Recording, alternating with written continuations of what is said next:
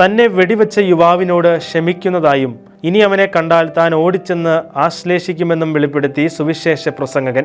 അർക്കൻസാസിലെ തെരുവുകളിൽ ഞായറാഴ്ച തോറും സുവിശേഷം പങ്കുവയ്ക്കുന്ന ലാറി വാക്കർ എന്ന സുവിശേഷകനാണ് ക്രിസ്തുവിന്റെ ക്ഷമിക്കുന്ന സ്നേഹത്തിന്റെ മാതൃകയായിരിക്കുന്നത്.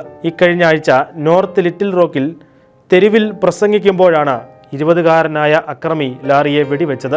ബലമായി മൈക്രോഫോൺ പിടിച്ചു വാങ്ങുന്നത് തടഞ്ഞപ്പോഴായിരുന്നു ആക്രമണം. വെടിവെച്ച ശേഷം അക്രമി രക്ഷപ്പെട്ടെങ്കിലും പോലീസ് പിന്നീട് അറസ്റ്റ് ചെയ്യുകയായിരുന്നു. തന്നെ ആക്രമിച്ച ആളോട് നിരുപാധികം ക്ഷമിക്കുന്നതായും ഇനി കാണുമ്പോൾ സ്നേഹത്തോടെ അവനെ ആശ്ലേഷിക്കുമെന്നും സുഖം പ്രാപിച്ചു വരുന്ന ലാറി വാക്കർ പറഞ്ഞു. ഇത്തരം സംഭവങ്ങളൊന്നും സുവിശേഷം പ്രചരിപ്പിക്കാനുള്ള തന്റെ ദൗത്യത്തിൽ നിന്ന് തന്നെ പിന്തിരിപ്പിക്കുന്നില്ലെന്നും എത്രയും വേഗം തെരുവിലേക്ക് ഇറങ്ങാനാണ് തന്റെ പദ്ധതിയെന്നും വാക്കർ കൂട്ടിച്ചേർത്തു. അതേസമയം തെരുവ് പ്രാസംഗികർ പലപ്പോഴും ആക്രമണങ്ങൾക്ക് ഇരകളാകുന്നുണ്ട് എന്നതാണ് വാസ്തവം. 2 കുട്ടികളുടെ പിതാവായ 26-കാരനായ ഹാൻസ് ഷ്മിത്തിന് ഇക്കഴിഞ്ഞ നവംബറിൽ തെരുവിൽ വെച്ച് വെടിയേറ്റിരുന്നു. വെല്ലുവിളികൾ ഉള്ളപ്പോഴും ക്രിസ്തുവിനെ പ്രതി തെരുവിൽ നിന്നുകൊണ്ട് സുവിശേഷം പ്രസംഗിക്കുന്ന ലാറിയെ പോലുള്ളവരുടെ പ്രവർത്തനങ്ങളിലൂടെ അനേകർ സുവിശേഷം കേൾക്കാൻ ഇടയാകുന്നുണ്ട് എന്നതാണ് മറ്റൊരു വാസ്തവം.